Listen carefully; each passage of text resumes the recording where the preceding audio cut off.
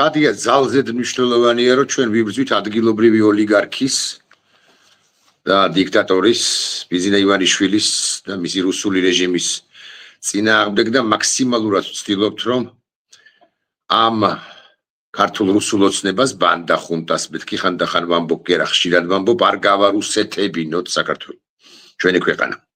მე ვერ გეტყვით და არ ვიტყვი შეგდებულად, რომ ჩვენ ამ პროცესში ვმარცხდებით პირიქით. ვინაიდან და რადგანაც დღეს 94 დღეა ჩვენი უწყვეტი პროტესტისა, მე მართლა მგონია, რომ ჩვენ უფრო მაჟორული განწყობა უნდა გქონდეს მიუხედავად იმისა, რომ ძალიან ბევრ პრობლემას გვიქმნის ეს რეჟიმი. ასაკვირველია ეს ასია, მაგრამ აკი ვთქვი კიდეც, რომ 94 დღეა და დასტურდება ამ 94 დღესაც დასტურდება, რომ ჩვენ გავართ ურყევად, ჩვენ არსად წასვლას არ ვაპირებთ, ჩვენ ვითხოვთ პოლიტპატიმრების განთავისუფლებას, ჩვენ ვითხოვთ არჩევნებს და არა მხოლოდ ამას, არამედ ვითხოვთ, რომ ამ არჩევნების შედეგად თუ საერთოდ მიიღებს მონაწილეობას ქართული რუსული ოცნება, საერთოდ წავიდეს ქვეყნის მმართველობიდან. 94 დღეა მეთქი აკი ვთქვი, მაგრამ და ისიც ვთქვი, რომ ჩვენს თავზე, ჩვენში მიმდინარე პროცესებზე ვლაპარაკობთ, მაგრამ მოდი ვაღიაროთ, რომ უკრაინის გარშემო რაც ხდება, იმაზეც ნერვიულობს, დარდობს, უკლებლივ ყველა დემონსტრანტი, ვინც კი გასულა ერთხელ ნახევარი საათით მაინც რუსთაველის გამზირზე და არა მხოლოდ რუსთაველის გამზირზე. ასეთი კი საქართველოს ქალაქების, ესე უნდა ვთქვა, აბსოლუტური უმრავლესობა არის მეთქი. როგორ არა, 700-800 1000 1 მილიონი სხვადასხვა პერიოდში ხო მოქალაქე გასული იქნება სხვადასხვა ქალაქში, როგორ არა, იქნება მეტიც კი. ხო და უკრაინაზე ნერვიულობთ, დარდობთ და არა იმიტომ, რომ გავამხნევო, არამედ ობიექტურადაც არც აქ მგონია, რომ ჩვენ და უკრაინელებს პირველ ყოვლისა ხელი გვაქვს ჩასაქინდრი. საზოგადოებას ვამხნევებ, ეს ერთგვარი ვალდებულება ჩვენი, იმიტომ რომ პესიმისტური ნოტები არ უნდა შევიტანოთ, მაგრამ ობიექტურადაც აქაც უამრავი პრობლემის მიუხედავად ხაზს უსვავ, არც ერთ ჩვენგანი არ არის ყრუ და არც ერთ ჩვენგანი არ არის ბრმა, ანუ დაბრმავებული და ყურთაც კარგად გვესმის, ვიცით ყველაფერი რაც ხდება გარშემო, ყველა განცხადებას ვიცნობთ, მაგრამ მაინც ვამბობთ, რომ არც უკრაინა არ არის განწირული. რონდელის ფონდის უფროსი მკვლევარი ალექსი ბუკაპეტრიაშვილი შემოგვიერთდება ახლა ჩვენ და მოგესალმებით, ბატონო ალექსი. და მე გულახდილად გეტყვით, რომ ვერ მოვასწარი ისეთი დინამიკაა, რომ ვერ მოვასწარი თქვენი და კავტონ ნინო გელაშვილის ინტერვიუს, აუდიო ინტერვიუს მოსმენა, პატივისცემა ნინოს და თქვენს გასაკვირველია. იმდენად ბევრი ამბავი შემხვდა დღეს. კი არა, ტრამპისა და ელონ მასკის ერთობლივ ინტერვიუსაც ვუყურე და გამიტაცა ყველა საკითხმა მეთქი ესე ყველა ამბავმა, რასაც ისინი გვიამბობენ, მაგრამ თქვენ თუ ხართ ოპტიმისტურად განწყობილი და რა ფაქტორებზე არის დაფუძნებული თქვენი ოპტიმიზმი? მე ჩემს ოპტიმიზმში მე ხوار ვწდები. მადლობა ირაკლი, მივესალმები ყველას მაყურებელს, მსმენელს, ვინც გვისმენს, ერთ პატარა შესწორება შევიტან, ეს არის ჩვენი ერთობლივი პროექტი რონდელის ფონდის და რადიო თავისუფლების და რონდელის მსოფლიო რადარი, რომელიც ყოველ ოთხშაბათს გადის დილის 10 საათზე 10-დან 11 საათამდე და მიმოვიხილავთ მსოფლიო ამბებს და მართლაც ახალი დაწყებულია ეს ისევ დავბრუნდით ჩვენ ეთერში და დღეს სწორედაც რომ მეც არა მხოლოდ უბრალოდ მინდა რომ შემოუძახო მსმენელებს, მაყურებლებს, მოქალაქეებს და რაღაცა გუშინდელი განცხადებების შემდეგ რაღაცა ისეთი გამომხნევებელი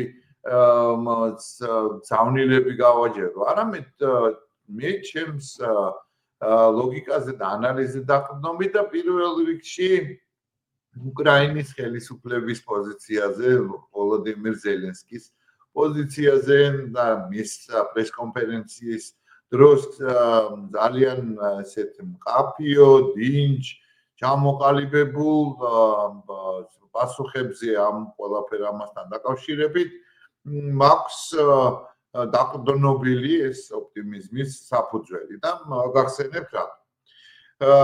ცხადია, რომ რა თქმა უნდა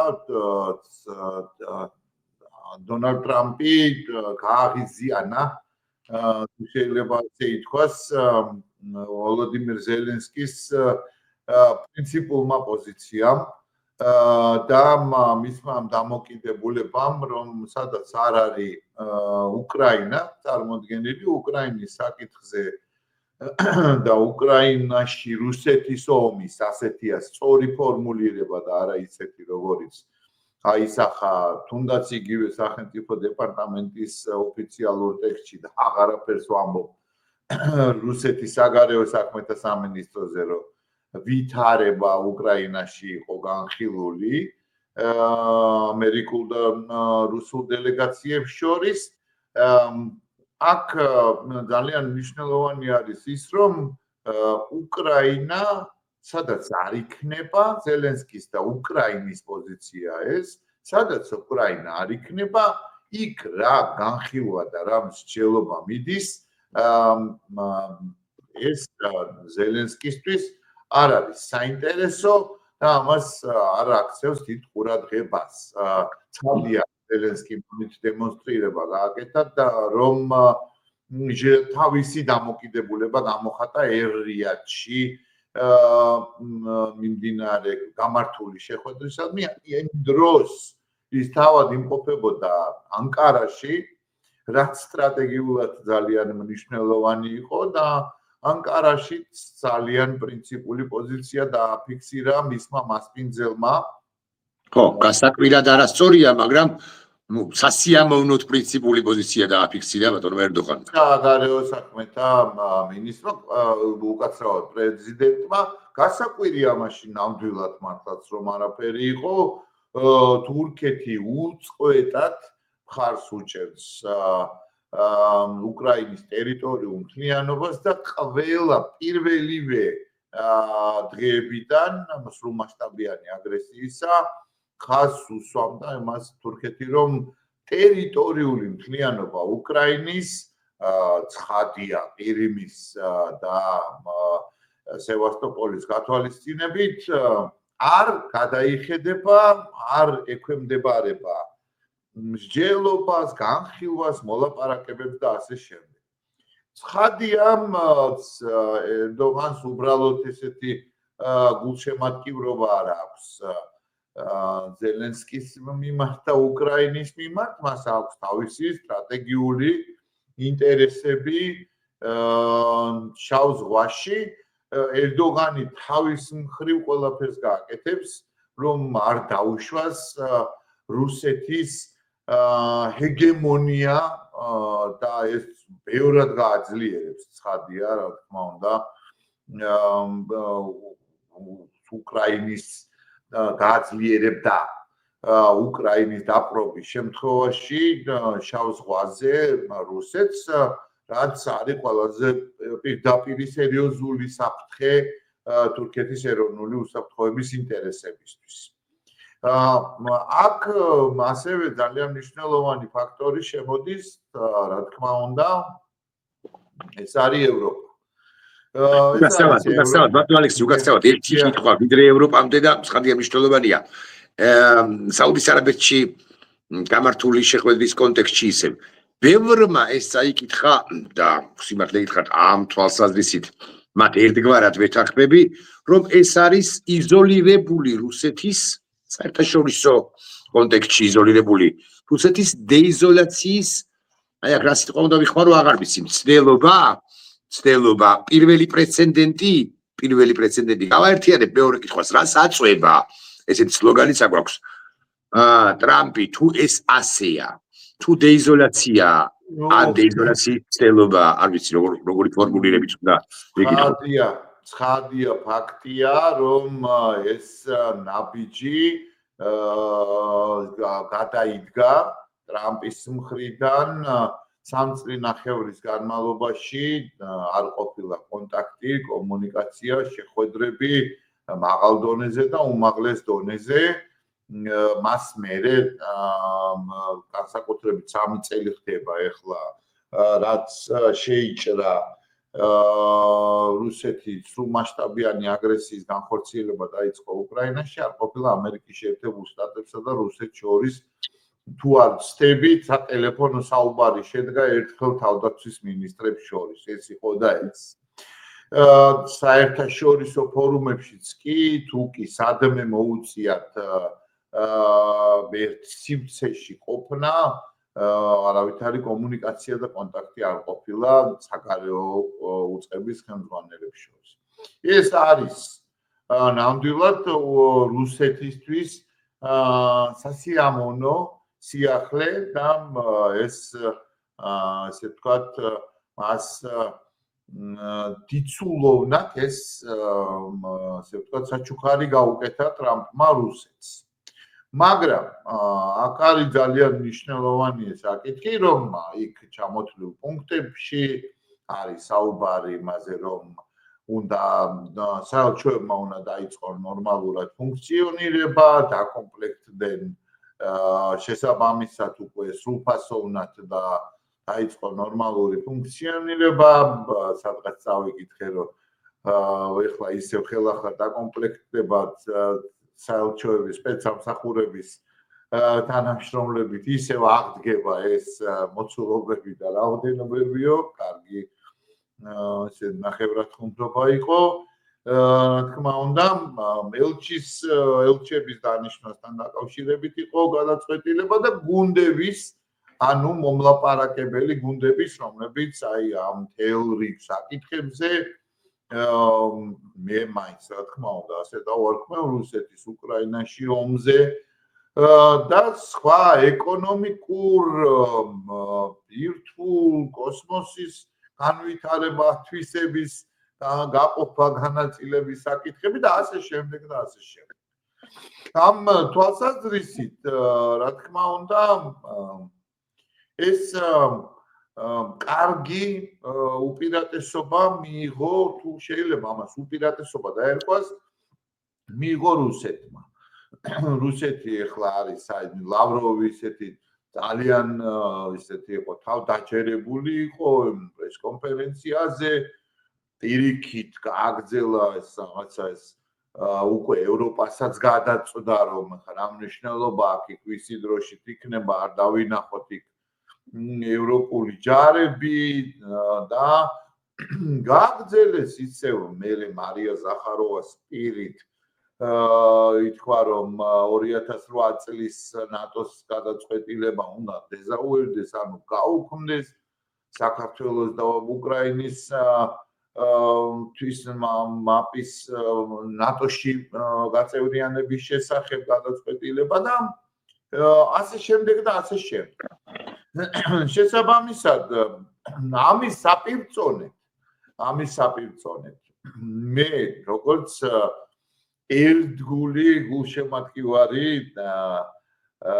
ამერიკის შეერთებული შტატების ევროატლანტიკოსი და ევროატლანტიკური ურთიერთობების სიმყარის და სიმტკიცის ნახე გაცილებით უფრო ძიმე აღსაქმელი პრესკონფერენცია ამერიკის შეერთებული შტატების სახელმწიფო მდივანი უსაფრთხოების საკითხებში დონალდ ტრამპის მრჩეველი და შუა აღმოსავლეთის საკითხებში სპეციალური წარმომადგენელი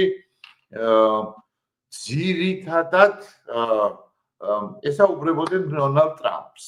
წუთში ერთხელ ყველა შეკითხვაში აუცილებელი იყო ეს რომ დონალდ ტრამპი ჩვენი პრეზიდენტი არის ერთადერთი ვინც შეწყვეტს ომს, ვინც დაასრულებს ომს, ის არის ერთადერთი ვინც დაასრულებს ომს, თუმცა ამ ყველაფრის ფონზეც მარკო რუბიოს სახელმწიფო მდივანს მოუწია რამდენჯერმე იმის ხაზგასმა, რომ ეს არის გრძელი გზის დასაწყისი ეს არის გრძელი გზის დასაწყისი და ამ პროცესში იქნება აუცილებელი ყველა მხრიდან გარკვეული დათმობები. ასაკურველია და უკრაინისთვის ესე ვიტყვი იმ უკრაინისთვის რომელსაც გააკონტროლებს ცენტრალური ხელისუფლება თუ მაინც და მაინც ესე უნდა გავყო არც ვიცი და გავყო თუ არა სრული უსაფრთხოების გარანტიების მიცემის გარეშე ამ ნაწილში თუნდაც სამართლიანი მშვიდობის დამყარების გარეშე ხო თავად ოფიციალური კიევი არაფერზე ხელის მომწერი არ არის საერთოდ ხელის მომწერია თუ არა რამეზე გავიცი მაგრამ აი მინიმუმ ესე ვიტყვი ხო ეს უსაფრთხოების კოლგაბას უნდა მისცენ ნატო არ ვიცი ეს ნამდვილად იქნება ნატო ეს იქნება ორქრივი ეს იქნება რაღაცაში გაცვლა ბარტერი იქ რაღაც სხვათერებით შემოდის მაგრამ ეს ხვასია და კიევის უგულებელყოფა და მეთანხმეთ რომ წარმოუდგენელი იქნება არა გამორიცხულია ირაკლი მე შემიძლია პირდაპირ გითხრა რომ გამორიცხულია იმიტომ რომ შეთანხმება ვერ შედგება ამერიკის შეერთებულ შტატებსა და რუსეთს შორის დილი იქნება უნდა იყოს სამართლიანი ჯერ ერთი და ვერ შეეხება უკრაინის ტერიტორიული მთლიანობის საკითხს. როდესაც სახელმწიფო მდივანი აქცენტს აკეთებს, რომ ყველას რაღაცებზე დათმობებზე წასვლა მოუწევს, შეიძლება კი, რა თქმა უნდა, რაღაცებზე, მაგალითად, არა დაუყოვნებლივ გასვლა 2014 წლის საზღვრებზე, არა, რა თქმა უნდა, რუსული ჯარების გაყვანა 2022 წლის პოზიციებზე, ასე შემდეგ და ასე შემდეგ. მაგრამ ამასთან დაკავშირებით სხვათა შორის და წინა შეკითხვის გაგრძელებაც არის ეს ყურადღებით უსმინე ამერიკის შეერთებული შტატების ფინანსთა მდივნის ბატონი ბესენტის ინტერვიუს Fox-თან მას მერე რაც ის ჩამოვიდა უკრაინიდან და ისაუბრა რომ სამართლიანი ეს შეთავაზება გაუკეთდა უკრაინის ხელისუფლებას ეს არის win-win ანუ ყველა მოგებულში შეთავაზება და მან იმედი გამოთქვა რომ რაღაცა დროის განმავლობაში ზელენსკი აუცილებლად მოაწერს ხელს ზელენსკიმ დღეს ამ პრესკონფერენციაზეც გასცა დღევანდელ პრესკონფერენციაზეც გასცა პასუხი რომ ის ვერ გაყიდის ვერ და არ გაყიდის სახელმწიფოს და ზუსტად რაც თქვენ ახსენეთ ბატონ ირაკლი უსაფრთხოების გარანტიების თაობაზე არც ერთი სიტყვა იმ ესე ვთქვათ რამდენიმე პუნქტიან შეთანხმებაში არ ყოფილა უსაფრთხოების გარანტიებზე სხვა არასამართლიან თემებს რო თავი დავანებოთ ფინანსურ ასპექტს და იმ იშვიათი ლითონების მოპოვების საკითხებს და ასე შემდეგ. იმიტომ რომ აქ რეალურად საუბარი არ არის რომ რაიმე გარანტიას მიცემენ. ამერიკის შეერთებული შტატების ფინანსთა მდივანმა თქვა რომ აი ჩვენ რომ ამას მივიღებთ როდესაც ამ ხელშეკრულებას მოეწერება ხელი ეს იქნება უკვე ცხადი რუსებისთვის რომ ეს არის ჩვენი ინტერესების არეალი და ეს უკვე საკმარისი უსაფრთხოების გარანტიებია მეღიმება და მეცინება როდესაც საუბარი არის რუსეთზე ჭამია ვლადიმერ პუტინზე რომელიც და მის ამ ბაბუინებს აი ამას ალყები ბატონ ალექსი ამას ალყები თქვენი სლებართვით და რო გავთავხედე და ესეთი რამე თქვა რადგან ყველას ტრამპის ადმინისტრაციის წარმოდგენით ყველას მოუწევს რაღაცაზე უკან დახევა რაღაცის დათმობა აი ზახაროვადან დაწყებული ლამის პუტინით დამთავრებული და შუაში სკაბეევებით და ლავროვებით გაჩხერილი ესე ვიტყვი ხო ისინი ამბობენ რომ ერთ ნაბიჯსაც კი ჩვენ არ გადავდგავთ უკან ლავროვმა ისიც კი თქვა 2 დღის წინ, ან 3 დღის წინ უკვე ავირიე, იქნებ ხალხთან ერთად დავუბრუნოთ, ნუ რომელიღაც რეგიონიო. ესე ხო არ უნდათო მაგათო, ცოტა. 2 დღის წინ იყო ზუსტად წინა დღეს ვიდრე წავიდოდა გამგზავრებოდა. ვიდრე წავიდოდა კი ბატონო, საუცერაბეთში. ანუ იქ ცოტა რაღაცა აგდებულადაც უყურებ. აი ხა მე რო გამოთქვა თამამი ვარაუდი რომ ტრამპმა რაც არ უნდა მოინდომოს და უკრაინა ერთ წამს გადავდო ზელენსკის პოზიციები. თავად რუსეთი არ წავა არანაირ დათმობაზე. ცოტა თამამი იქნება ჩემი განცხადება. ირაკლი, მოგახსენებთ რომ არავით არის განსაკუთრებული სითამამე და არავითარი განსაკუთრებული არაფერი არ მithქვავს ამაში.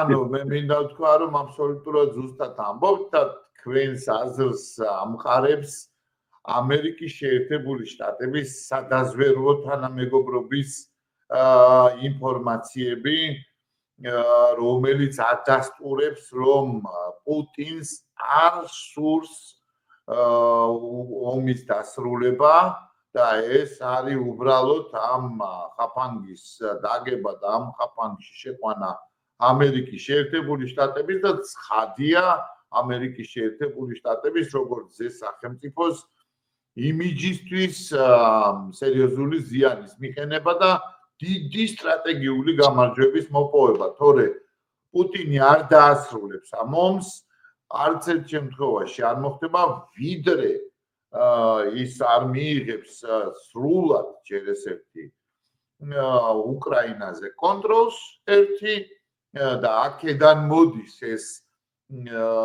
ასევე მცდელობები რომ უკრაინაში ჩატარდეს არჩევნები და ამის წინაპირობად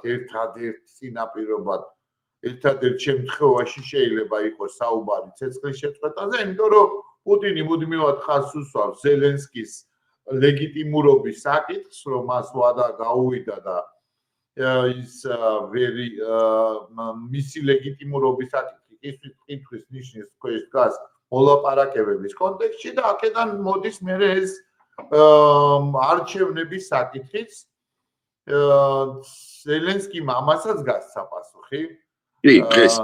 გასცა პასუხი, რომ თუ ვიღაცას უბრალოდ უნდა ესე ჩემი აღება და ერთი ხელით მოსმით მოშორება, ეს არავის არ გამოუვა და მე ძალიან მიხარია ის რომ უკრაინის ყველაზე გავლენიანი პოლიტიკოსები, სამხედროები, ყოფილი სამხედროები ახლა ყველა საუბრობს იმაზე, რომ ზალუჟნის ძალიან მნიშვნელოვანი კომენტარი იყო გენერალის. არ მინახავს, მითხარით, არ მინახავს მოდის. რომელიც ახლა არის ელჩი დიდ ბრიტანეთში უკრაინის. მან განაცხადა, რომ კითხეს, მას კითხვა დაუსვეს, რას ფიქრობს საპრეზიდენტო არჩევნებზე და მის ასე ვთქვათ კანდიდატურაზე. მან ხაზგასმით აღნიშნა, რომ ჯერ ახლა უმთავრესი და უმნიშვნელოვანესი არის სახელმწიფოს გადარჩენა, სახელმწიფოებრიობის შენარჩუნება, ჩვენ უნდა ვიბრძოლოთ და გავერთიანდეთ ყველა ამისთვის და მერე როცა ეს საკითხი მოგვარდება და მოწესრიგდება, მერე ვილაპარაკოთ. ამიტომ გეთანხმები და აი ჩემი კითხვაც შემდეგი ამას ეხება, მე მგონია რომ ვიდრე სამართლიანთან მოდი ირაკლი მე დავამატებ აქვე რომ არათუ უკრაინაში რომ მიიღო სრულად კონტროლი უკრაინაზე არათუ უკრაინაში არ გაჩერდება ის მის ფარგლებს კიდევ მნიშვნელოვნად გასცდება და მისი პირველი სამიზნების სამხედრო სამიზნეებს გულისხმობ ბალტიის ქვეყნები და პოლონეთი შეიძლება იყოს. ესე იგი, ბატონო ალექსი, გულახდილად გეტყვით რა, ამ თემაზე როცა ვფიქრობ, ან მსჯელობ, ხო, მამაღლა თუ რესპონდენტთან, იმდენი საკითხი წამოიწევს ხოლმე ამასობაში, მაგალითად, შეუძლია თუ არა უკრაინას გაძლება, სლოგანი გვაქვს ესეთი. ვიდრე თქვენ გითხავდეთ, მანამდე ვიტყვი რომ დღეს პრეზიდენტმა ზელენსკიმ თქვა რომ გაცილებით მეც ვაწარმოებთ ვიდრე ვაწარმოებთ და ჩვენი საჭიროებების 30%-ს მაინც ვავსებთ და გაცილებით მეტია ვიდრე გვეხმარებიან ცალკეული ევროპული სახელმწიფოებიო. ამაზეც მინდა ლაპარაკი, მაგრამ აი ეხლა სხვა კითხვა დამება და ამასობაში. შესაბამისად, აი თქვენ შეერთებული შტატების სადაზვერვო სამსახურის ის ინფორმაცია გაახმიანეთ, რომელიც ერთ-ერთმა სამწყაროზე თუ 4 წყაროზე დაახლოებით გაახმიანა ერთ-ერთმა მედია საშუალებამ. ნახეთ ფორმულირება ესეთი უნდა იყოს. ამერიკელი რესპუბლიკელები პირველ ყოვლისა, ასევე შესაბამისი სამსახურები, მაღალი ალბათობით, ასევე უკრაინელები, ევროპელები, ბორის ჯონსონი, ხო არაფერს შუაშია, მაგრამ დღეს კომენტარი ქონდა, უბრალოდ ერთო გამახსენდა. თორე რაღაც ბორის ჯონსონიაო ვინმე მეტყვის, ხო? შეაცვლები გაასწორებინებენ თუ არა მაღალი ალბათობით ტრამპის ადმინისტრაციას ეგრეთ წოდებულ მესიჯს. ჯერ ძალიან რთული ამაზე საუბარი, ნამდვილად არ გამოვა ეს პოზიციის შერბილება. არაფერი არ არის გამორიცხული დონალდ ტრამპისგან, მას ძალიან ესეთი ცვალებადი პოზიციები აქვს, ძალიან სწრაფად შეუძლია მის მიერ ნათქვამის მოდიფიცირება, სახეცვლილება, თუ შეიძლება ასე ითქვას და ის მაგრამ აქ არის მთავარი პრობლემა იმაში, რომ ეხლა ის არავითარ სისტემას, არავითარ კონიუნქტურას არ ექვემდებარება, არ ემორჩილება რეალურად და მას გონია, რომ ეს მისი პოზიცია ყველაზე სწორია, ყველაზე მართალია და ის არის ჭეშმარიტება არის, რასაც ის ამბობს. და ამ ჭეშმარიტება არის, რასაც ის ამბობს, გადმოსახედიდან მან თქვა ის, რასაც ამბობს პუტინი და მისი პროქსები, მათ შორის ჩვენთან, რომ ომი რატომ დაიწყეთ? რატომ დაიწყეთ ომი? ვაღიარო დღეს კი არა, გუშინ ტრამპას თქვა ეს ზელენსკიზე მე განცხადება იყო ხა ესეც უნდა ვთქვათ, ხო? შენ 3 წელია, 3 წლის განმავლობაში მაგ განცხადებაზე ვსაუბრობდი, ზუსტად რომ ბრალი დასდო ზელენსკის, ბრალი დასდო რომ ვერ მოელაპარაკა, 3 წელი გქონდა და ამ 3 წელიწადში შეგეძლო მოლაპარაკებულიყავი და ვერაფერზე ვერ მოელაპარაკე და საერთოდ რამე რო შეგძლებოდა, საერთოდ არ უნდა დაგეწყო ეს ომი. ეს შოკის მომგვრელი იყო სხვათა შორის ამერიკელებისთვისაც, ევროპელებისთვისაც, ბორის ჯონსონის ჩემი დიდი პატივისცემით, მან ბევრი ძალიან მნიშვნელოვანი კარგი რაღაცა თქვა, მაგრამ ეს რომ შოკისთვის გააკეთა, ევროპელების შოკისთვის გააკეთა, ევროპელები ისედაც სერიოზულ შოკში არიან და მე შემიძლია გითხრათ, რომ აღარ იყო საჭირო რუსული გზავნილებით, პუტინის გზავნილებით ამ ყველაფრის ლაპარაკი და ასე ამ თვალსაზრისით ძალიან მძიმე მოსასმენი იყო. ძალიან მძიმე მოსასმენი იყო ეს, ნამდვილად და დარწმუნებული ვარ ამერიკელი იმ ამერიკული პოლიტიკური ისტაბლიშმენტისთვის, რომელიც ძალიან კარგად იცის და მე დარწმუნებული ვარ, რომ ჩემზე ბევრად კარგად იცოდა სახელმწიფო მდივნის თანამდებობაზე დამტკიცებამდე ბატონმა მარკო რუბიომ და ამბობდა ამაზე, საუბრობდა ხმამაღლა, ვინ დაიწყო ომი და ვინ შეიჭრა ვის ტერიტორიაზე და არ დამდგარა ეს კითხვის ნიშნის ქვეშ და რომ პუტინის რეჟიმი უნდა ორი კითხვა უნდა გავაერთიანო ბატონო ალექს. კი ბატონო. ერთი კითხვა ასწრებს თუ არა ჩვენ დაახლოებით 20 წუთის წინ ნაგი 30 წუთია მიმდინარეობს ჩვენი გადაცემა და 20 წუთის წინ თქვენ გადაკარით სიტყვა ევროპაზე და მე თქვენ გაგაჩერეთ და უკვე სხვა მიმართულებით წავედით. მაგრამ კითხვა ფორმულირებული ასეა. ევროპა, რომელზეც ახლა სიმძიმის ცენტრი გადმოდის ერთგვარად. პასუხისმგებლობის ტვირთის იზრდება, რომელიც ვიყოთ გულახდილნი ფორმებს კი უწუნებთ ტრამპს, მაგრამ ნაწილობრივზე მართალია ტრამპი, როდესაც ევროპას ედავება ბევრ საკითხში. განსაკუთრებით თვლიანში და პროდუქტთან მიმართებაში თავდაცვის ხარჯებზე, ხო? 16-20 წლებში 2%-ზე ლაპარაკობდა ტრამპი, ეხლა 5%-ზე ლაპარაკობს და არის სახელმწიფოები, რომლებიც 9%-საც კი არ ხარჯავენ. დღესაც კი პორტუგალია ასე მაგალითად საკუთარ შეიარაღებაში ესე ვიტყვი და ამ ნატოს მოთხოვნების ადეკვატურად აღქმაში და დაკმაყოფილება. გავანებოთ რუსთან. მოასწრებს თუ არა ევროპა შეიარაღებას, სწორი სიტყვაა, არ ვიცი. მოკლედ, საკუთარი თავდაცვის გაძლიერებას და კიდევ ერთი საკითხი. გერმანელებმაც კი შეიძლება შეიკავონ თავი სამშვიდობო ჯარის ფორმირებაში, რომელიც უკრაინაში 1300 კილომეტრიან ზოლზე უნდა ჩადგეს, თუ ჩადგება ისიც არ ვიცი, ხო? აი ევროპა ერთიანია, არ არის ერთიანი, გაეროს ხო არ ემსგავსება. ევროპის შეიარაღებულ ძალებზე ილაპარაკა და ამავისყდა კი ნახავ ზელენსკიმ ამ რამდენიმე ხნის წინ. აი ეს ყველაფერი გამიერთიანეთ თუ არ შეწყვეტებით. კი, რა თქმა უნდა, აუცილებლად ვიდრე ის სრულყოფილი და სრულფასოვანი გახდება რუსეთისთვის წინააღმდეგობის გაწევის თვალსაზრისით, სწორედ აქ არის კიდევ ჩემი ერთი ოპტიმიზმის საფუძველი, რომ უკრაინას ირაკლი ყავს ევროპაში ყველაზე ძლიერი არმია. მე ვნახე მონაცემები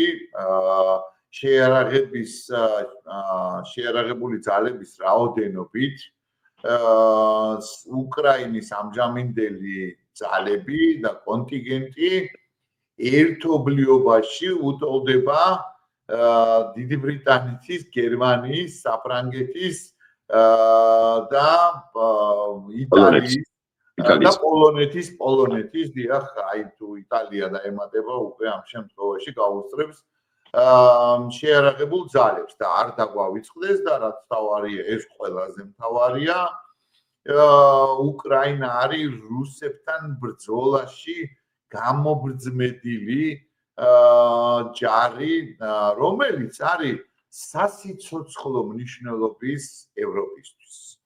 ძალიანაც რომ არ უნდოდეთ და ძალიანაც რომ არ სურდეთ და მე გამიხარდა ნამდვილად ეხლა თავდამბლობას უნდა თავი დავანებოთ დღეს დილას ჩვენს ეთერში ზუსტად ნინო გელაშოვთან თქვი რომ ეგზისტენციალური საკითხი არის მომენტი დადგა უკრაინისთვის და ცოტა ხნის წინ დიდი ბრიტანეთის პრემიერ-მინისტრმა კირ სტარმერმა განაცხადა რომ ეს არის არა მხოლოდ უკრაინის არამედ ევროპისთვის მთლიანობაში ეგზისტენციალური საკითხი და მიხარია რომ ეს რაღაცა მესმის.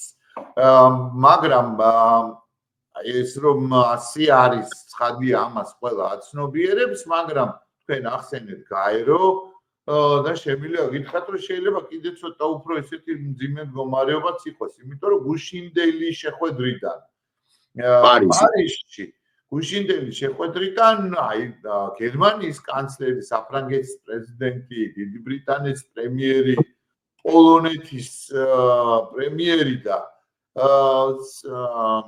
იტალიის პრემიერ-მინისტრი ერთმანეთისგან სრულიად განსხვავებული გზავნილებით გამოვიდნენ. სრულიად განსხვავებული გზავნილებით და თუმცა აქაც ძალიან მნიშვნელოვანია აღნიშნო რომ თანხმობა არის იმაზე რომ უზრუნველყონ უსწრაფესად უკრაინის შეიარაღებული ძალები და უკრაინა შესაბამისი სამხედრო აღჭურვილობით პოლიტიკოში დღევანდელ გამოცემაში უკვე დეტალებიც კი დაზუსტა დიდი ბრიტანეთი ცალკე დაახლოებით 5 მილიარდი ფუნტის დახმარებას გამოუყოფს უკრაინას და ევროპული კავშირი გამოაცხადებს ალბათ, მაგრამ მანამდე გადაწყვიტავენ 23 თებერვალს ჩადიან ევროკომისრები კიევში 7 მილიარდზე უკვე გადაწყვეტილება პრინციპში მიღებულია და ეს მოიცავს ყველაფერს, მოიცავს ჭურვებს, მოიცავს ჰაერსაწინააღმდეგო თავდაცვის დამატებით სისტემებს და მთელ რიგ იმ საჭიროებებს, საკმაყოფილებს, რომელიც უკრაინას სამხნის განმავლობაში დაჭირდება და ეს არის უმნიშვნელოვანესი გადაწყვეტილება, იმიტომ რომ დონალდ ტრამპი ამბობდა, რომ მიხედოს ევროპამ და საჭირო იყო ევროპის მხრიდან ეს სიმტკიცე და სიმყარე, რომ ჩვენ მზად ვართ, რომ კი, ჩვენ არ მოვაკლებთ იარაღს და ტყვია წამალს და შესაბამის აღჭურვილობას და ყველაფერს. აქვე უნდა დავამატოთ, უკვე შემოვიყვანოთ ეს დონალდ ტრამპის ასე ვთქვათ, კომერციული აზროვნების ელემენტიც, რაც არ უნდა გაცხარებული იყოს, რაც არ უნდა ხის განცხადებას აკეთებდეს დონალდ ტრამპი, ის არასდროს არ ივიწყებს. როდესაც საუბრობს ტარიფებზე, ტარიფების შემოღებაზე, ის ყოველთვის ხაზს უსვამს. შეიძინონ უფრო მეტი ამერიკული თხევადი გაზი და ნავთობი ევროპელებმა. იქვე აფენს კომერციულ წინადადებას. გუშინაც კი, როდესაც იყო აი ესე სიბრაზით საუბრობდა ზელენსკისთან და უკრაინასთან დაკავშირებით, მან დააფიქსირა, რომ ევროპელებს შეუძლიათ წარგზავნონ, მე არ გამოურიცხავ, რომ მათ წარგზავნონ თავისი ჯარები და ძალები, ოღონდ ეს არ იქნება ამერიკული ძალები. შეარაღებას რაც შეეხება, ჩვენ არ გავაგზავნით, მაგრამ კი ბატონო, ევროპელებმა იყიდონ ამერიკული შეარაღება და ზელენსკისაც ხოდა ამაზე პასაჟი დღეს ვიყიდითო, სხვა თუ არაფერიო, კი. კი, ნამდვილად და ეს ელემენტი ეს არის მისთვის გასაგები ენა.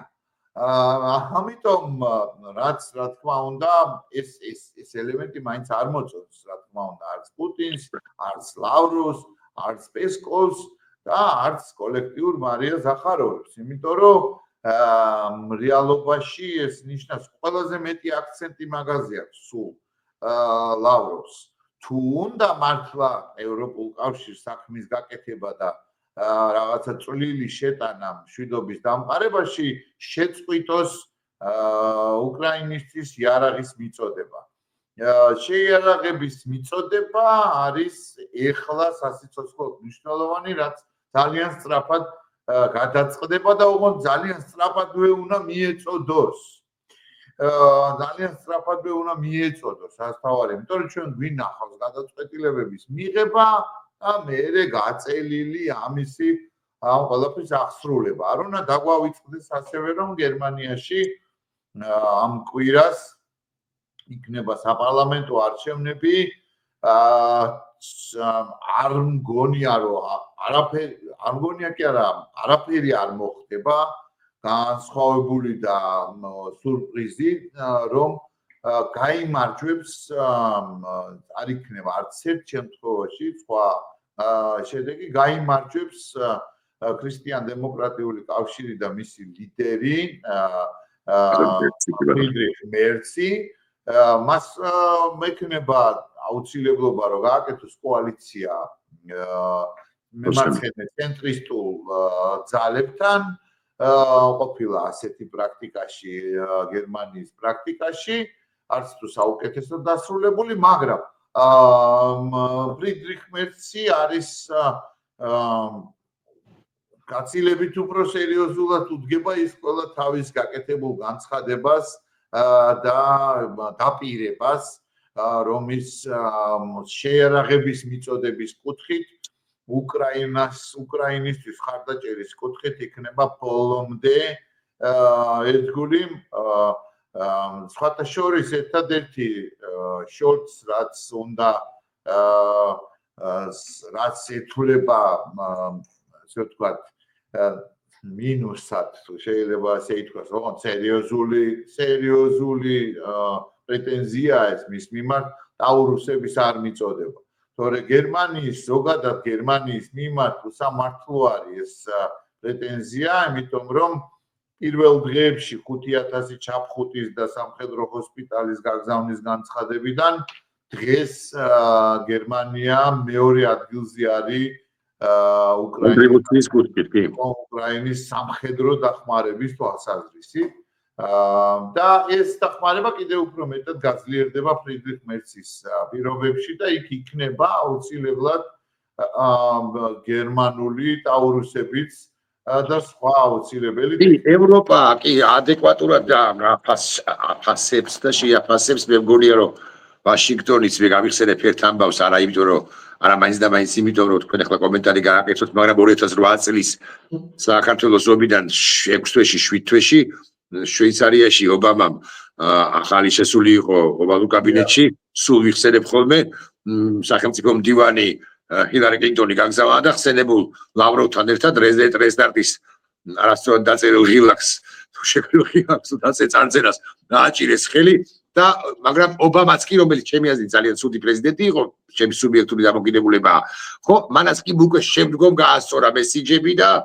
ამავდროულად მიხვდა ამერიკის პოლიტიკურ მიხვდა კი არა, მოხდა ამის შემდეგ ობამას პერიოდში 2009-ში შედის და ის 8 წლიან პრეზიდენტობას ამთავრებს ის 2016 წელს, მის პერიოდში მოხდა ყირიმის ანექსია 2014 წელს, იცის ეს ყველა, მაგრამ ეხა ეს ძალიან შორს წაგვიყვანს, ეხა ძალიან გამახარა, გულახდილად გეტყვით, ვეღარ დავეციე ზალუჟნის განცხადება, ის მიუხედავად იმისა, რომ მას პოლიტიკური გუნდი არ ახავს ეხა ესე პირდაპირ მნიშვნელობით და ალბათ და თუ არჩევნების შედგება და ის მონაწილეობას მიიღებს, ალბათ პეტრო პოროშენკოს გუნდსაც დაეყრდობა, იმიტომ რომ მეორე ტურში გასვლის შანსი ვის და სწორედ ზალუჟნის აქვს თუ მონაწილეობას მიიღებს ხას უსვავ, მაგრამ მისი ეს სახელმწიფოებრივი პოზიცია არც მოულოდნელი იყო და სწორიც არის, მით უფრო ლაპარაკობთ ხა ოპონირებაზე, ზელენსკის ოპონირებაზე, რომლის პროცენტები რასაკვირველია 4 არ არის, როგორც ბრძანა პრეზიდენტმა ტრამპმა, ჯონსონმა კი გაასწორა დღეს ტრამპის ეს მესიჯი და აი ალბათ ბოლოს წინა კითხვა საქართველოს მინდა გკითხოთ, ხო უკაცრავად ჯერ ისევ ტრამპზე. მოსკოვში 9 მაისელიან, იცით? ტრამპს და ასევე ბარემ გკითხათ, რომ ისიც თუ არა რომ გახსოვთ ფელიჩიტა, ბატონო ალექსი ალბანო და რომანა პაუელი გეხსოვებათ. აი ამ ალბანომ მიიღო მშვიდობის სამიტით ფორუმი. იმართება მშვიდობის რაღაც ხორიზება, იმართება მოსკოვში აგვისტოში ან სექტემბერში.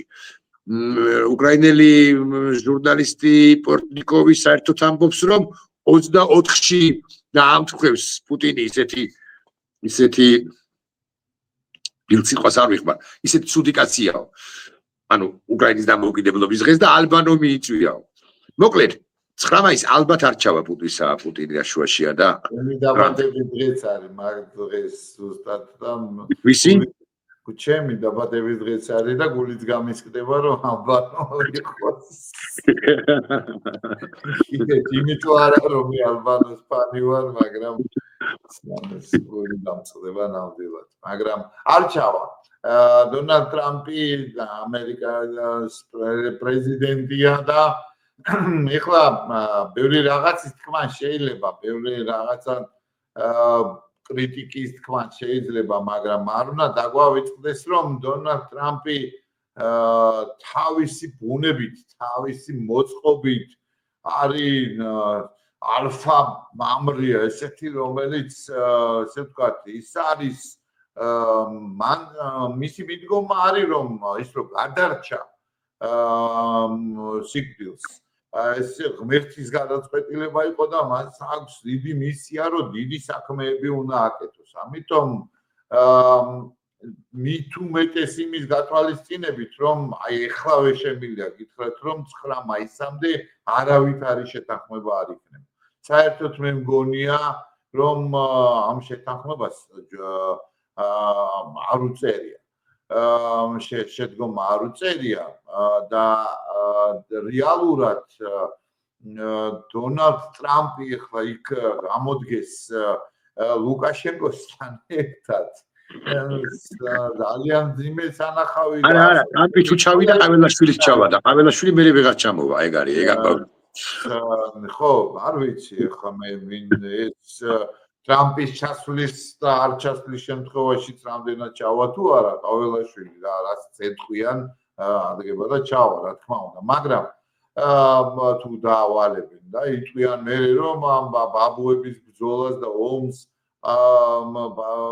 და ამaks პარტიის არცებთ თქვენო იტყვიან, მაგრამ რომ დაუბრუნდეთ არჩევნების საკითხს, ზალუჟნი მძიმე წონოსანია ნამდვილად, გაცილებით უფრო სერიოზული რეპუტაციით და ავტორიტეტით ვიდრე პოროშენკო, შემიძლია გითხრათ, მაგრამ მან ძალიან სერიოზული სახელმწიფოებრივი პოზიცია დაიკავა, რაც ძალიან სასიამოვნო იყო და ფაქტობრივად არ უნდა დაუკარგოთ პოროშენკოსაც, ისიც ამაზე საუბრობდა. პირველი მან თქვა, რომ არის საუბარი ოქტომბერში არჩევნების ჩატარებაზეო და პოროშენკოსაც არ უნდა დაუკარგოთ, რომ მანაც თქვა, რომ სახელმწიფოებრიობა და ქვეყნის სახელმწიფოებრიობის სუვერენიტეტის დაცვა არის უმნიშვნელოვანესი და ერთი დეტალიც თანამედროვე სამყაროში არაფერი არ იმალება, ყველაფერი ძალიან სწრაფად მოწმდება და ცხადზე ცხადი ხდება. ზელენსკიმ აბსოლუტურად სწორად აღნიშნა, რომ პუტინის პროპაგანდის მასში გარსში არის ახლა ცხოვრობს დონალდ ტრამპი 4%-ით სწორედ პუტინის არის რა ქვია მონაცემები ყველა არსებული კვლევით 52% არის 57 არის უკრაინული კიევის კვლევის ინსტიტუტის მონაცემებით 52 იყო იანვარში და იმის მერეც კიდე ცოტა გაიზარდა. და ბორის ჯონსონმა შორის კიდევ დაინდო, შეიძლება ასე ითქვას, დონალდ ტრამპი დაახლოებით იმდენივე აქვს, რამდენიც ძალიან საინტერესო. ზელენსკის უფრო მეტი აქვს, ვიდრე დონალდ ტრამპს. მე გადავამოწმე 47% იყო მოწონება დონალდ ტრამპის 20-26 იანვრის კვირაში და ახლა ეს დაწეული არის დაახლოებით 3-4%. ეს არ ეხება ზელენსკისთან და პუტინთან დაკავშირებული არ არის. ამერიკელები, რა თქმა უნდა, უპირველესად ნერვიულობენ ეკონომიკაზე და ამასთან დაკავშირებით როიტერსის მიერ გავრცელებული ინფორმაციით, სწორედაც რომ კლება აქვს თავად დონალდ ტრამპს. ასე რომ, ნუ ჩავეჯინებით და ნუ ჩავეჭიდებით ამ ციფრებს. ბოლო კითხვა. მაგრამ ჯერ არჩევნებიც არ იქნება ჩემი. ბოლო ასაკვირველია. ამბავი მოხდება. ბოლო კითხვა, უთაური ფორმულირებით, მითხარით ის ხავსის ერთი, რა ქვია, ფურცელუკა თუ ბალახუკა, რომელსაც აბასთუმნის უღრანების ბინადარი შეიძლება ჩაეჭიდოს მოცემულ ეტაპზე. დღეს რეალურად შეიძლება მე ისე დავსვი კითხვა, რომ ვერ მომედავებიან უკაცრავად ეხა რომ მოდიან შეურაცხყოფა ვიაყენეო ვერ მეთქვი. ეს შეიძლება კარგ ხასიათზე ყოფილიყო. ნამდვილად და ეს იყოს მისი ზეიმის და განწყობის საფუძველი, რომ აი ზუსტად იმას ლაპარაკობს, რასაც ტრამპი, რასაც ამბობს ის და რასაც ფიქრობს ის და რაც გინდათ ის დაუძახეთ ირაკლი ღარიბაშვილი ამბობდა ამას რაც დღეს გუშინ ტრამპმა თქვა 2022 წლის 25 თებერვალს და პასუხისგებლობას ვოლოდიმირ ზელენსკის იმჟამინდელმა პრემიერმა და ახლა ამის დევნილობაში თუ იზოლაციაში მყოფმა ღარიბაშვილმა და მინდა გითხრათ რომ ერთადერთი რის იმედიც აქვს, რაზეც შეიძლება მან ფსონი გააკეთოს დონალდ ტრამპის დაკავებულობაზე საგარეო პოლიტიკის უზარმაზარი ნუსხით და საშინაო პროცესებში ამას კიდე ცალკე გადაცემა დაჭირდება და უფრო კვალიფიციური ადამიანი შეგიძლია მოიწვიოთ ამასთან დაკავშირებით რაც გურულები როგორც იტყვიან, რაც უბედურობა ტრიალობს ერთეულ შტატებში, მაგრამ შიდა ისტებლიშმენტის და სახელმწიფო ინსტიტუტებთან დაკავშირებით. ივანიშვილს ახლა უნდა ერთადერთი რა, რომ არც გაახსენდეს ამერიკის შეერთებულ შტატებს, არც კი Absolut. An გაახსენდებათ.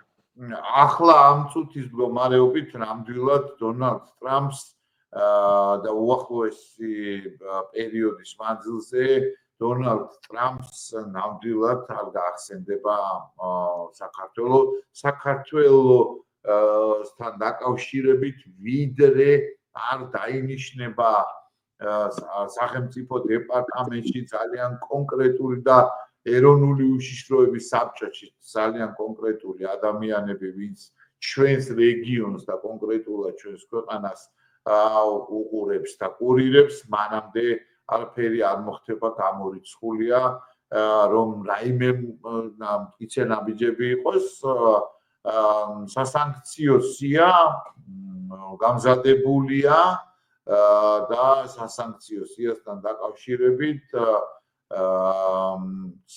გადაწყვეტილებებით შეიძლება იყოს ცოტა მოგვიანებით, მაგრამ იყოს აუცილებელი. ალექსი პეტრიაშვილი იყო, ვარაუდობ, ძალიან საინტერესო საუბარი გამოგვივიდა ამ თითქმის 1 საათის განმავლობაში. ყოველ შემთხვევაში თქვენს ინფორმირებულობის ხარისხს მაყურებლისა ეს ინტერვიუს გაზრდის და ანალიტიკური ჩვევები, რომლებიც ისედაც აქვს მაყურებელს, კიდევ უფრო კარგად წარმოჩინდა ამ ინტერვიუში ბატონი ალექსის არაჩვეულებრივი მოსაზრებების გათვალისწინებით. მადლობთ ბატონო ალექსი, წარმატებას გისურვებთ, გამარჯვებას გისურვებთ ჩვენ ქვეყანას. ასევე დიდი მადლობა.